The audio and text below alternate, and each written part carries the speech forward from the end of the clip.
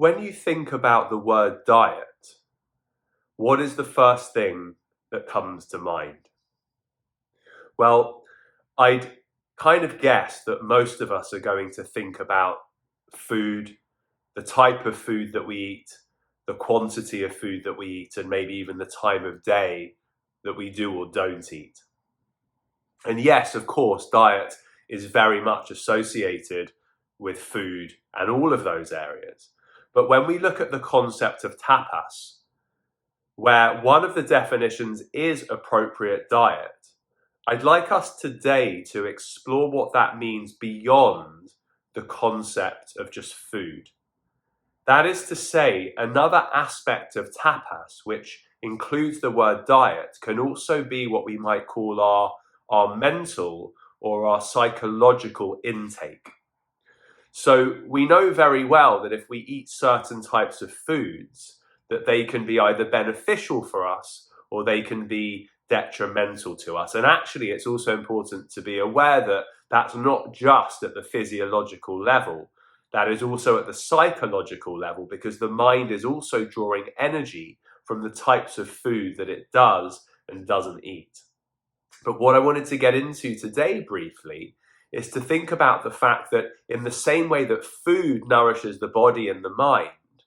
what we take in through our minds and through our senses also can nourish certain qualities within us, or can actually cause other negative qualities perhaps to arise. And I think this is quite interesting in the modern world, where it has become so acceptable as part of our culture that we, in some ways, just mindlessly allow things into our own psychological space. So to give a couple of examples, you only have to look at the types of video games that are being played today, where there is a huge propensity towards violent games and war games, which are very, very popular. If you were to browse through Netflix or Amazon and look at the types of content that is available, you will see that there are lots of thrillers, lots of what we might call scary movies, lots of things that have violence in. And again, these have become so much a part of our culture. In fact, some of these big releases are some of the most anticipated things that we look forward to, that there really isn't much discrimination or much thought given to, well, if I'm imbibing, if I am receiving a certain type of message or a certain type of content that perhaps has a lot of violence in, as a mental or psychological diet, what is that doing to my state of mind? And what is that doing to the way that I interact with myself and the way that I interact with all of those people around me? And what yoga tries to make us aware of when we think about tapas in relation to this diet and managing what comes in, is that actually, in order for us to begin moving towards a state that is more sattvic, more peaceful, we need to be aware of all of the things that we are inputting into our system, because if they are contradictory or in conflict or dissonant to the ideal of shanti or to the goal of peace, then they are going to continue to disturb our minds and to take us in an opposite direction. When I first started seriously practicing yoga, I decided to put myself on this type of psychological diet. And as a result of that, I refrained, and it felt quite easy. It wasn't something forced. And that's another important point about tapas, is that we never want it to feel like too much of a burden. There is a refined balance between the effort of letting go of things and knowing when perhaps we're trying to push things away that we're not necessarily ready to push away. But I decided that I wasn't going to listen to any music that had any kind of violent connotations or lyrics, that I wasn't going to watch anything that even at the most subtle level could disturb me, whether it be documentaries with violence, whether it be films that were overtly sexual, whatever it was. I just decided that for a period of time, I was just going to let go of all of that content as I tried to deepen my practice. And I can say that I noticed that when I wasn't listening to that type of music, when I wasn't watching that type of content, it meant that my headspace was much, much clearer and less influenced by what we might call negative energy.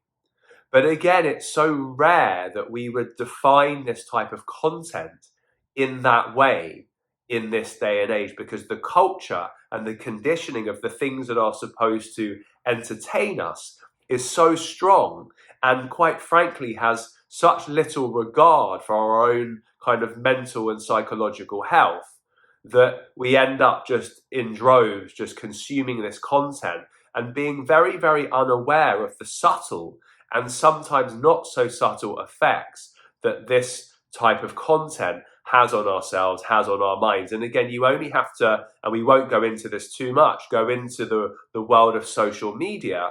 and unrestrained consumption of content to know that when we start to binge and feast on certain types of content, it causes certain parts of us to be nourished that are not always positive. And one other thing about social media in that respect is because of the short form nature of the content, the fact that it's a few seconds long, it also nourishes a pattern of inattention, or what is commonly now called attention deficit. So it goes to show that if, for example, we are training ourselves to be able to, let's say, meditate for longer, or similar kind of thing, read long articles, or watch longer form content that is perhaps educational or benefits us, we have to actually develop a pattern of concentration, which actually is in direct opposition to the way in which content is being fed to us more and more in this kind of short form way, which actually increases agitation in the mind. And you only have to observe for a moment how your body feels, how your breath is when you are watching something violent, when you are consuming social media where there is this kind of anticipation or there is this kind of aspiration towards the things that you may be seeing. And notice really what that is doing to the body and to the mind in that moment. So the message today is that this tapas, which is a kind of discipline, a refined discipline to be able to let go of certain things. In this instance, we're talking about diet as it relates to the things that we feed to our mind, in order that we may clear the space that our practice may grow and develop with the principal aim of bringing more peace to our body and mind, to slowing our mind down and being able to allow our awareness or our consciousness to reside in one place voluntarily for longer and longer periods of time. And what we can notice through our asana practice, our movement practice, our breathing practices and our meditation practices is that in the moments where our mind is truly settled in one direction, those are the moments that create the portals or the opportunities to move much, much more closely and fully into connection with the peace that resides within. So as always, these are suggestions that we can trial like scientists in our lives and notice, okay, if I don't consume this type of content, how does it make me feel? If I do consume this type of content, how does it make me feel? And what I should say is that after a couple of years or a few years of having refrained from that content and having developed a better understanding of how it affects me or doesn't affect me, I've now been able to reintroduce certain types of films and movies and music and so on, because of course we live in the modern world and there are some great things to watch and see and learn from. But I do it in a much more mindful way, and I'm aware based on what type of thing it is, what time of day it is, whether it's going to affect my sleep, whether it's something that I really, really need to watch. So there is still a level of discipline around the types of things that I expose myself to, because ultimately I'm working towards a goal of peace. And I encourage all of us to truly look at whether we can move in that direction.